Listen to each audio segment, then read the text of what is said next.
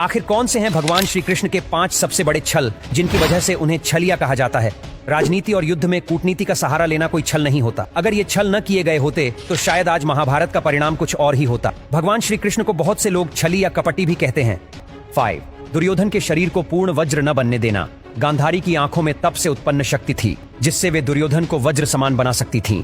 लेकिन श्री कृष्ण ने दुर्योधन को लज्जित कर दिया कि वो अपनी माता के सामने नग्न न जाए। दुर्योधन ने अपने शरीर के मुख्य भागों को पत्तों से ढक लिया जिससे उसका शरीर पूरी तरह वज्र का न बन सका। युद्ध में भीम ने उसी हिस्से पर वार कर उसका वध किया।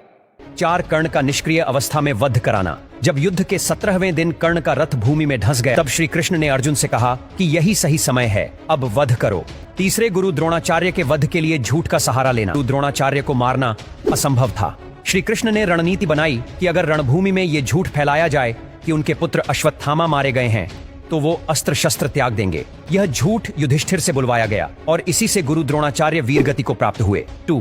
कर्ण की वास्तविक शक्ति को पहले ही निष्प्रभावी कर देना। कर्ण को कवच और कुंडल के बदले में इंद्र से वास्तविक शक्ति मिली थी जिससे वो किसी भी योद्धा का वध कर सकता था। श्री कृष्ण जानते थे कि कर्ण इसका प्रयोग अर्जुन पर करेगा, इसीलिए उन्होंने घटोत्कच को रणभूमि में बुलवाया और वही शक्ति घटोत्कच पर प्रयोग करवा दी।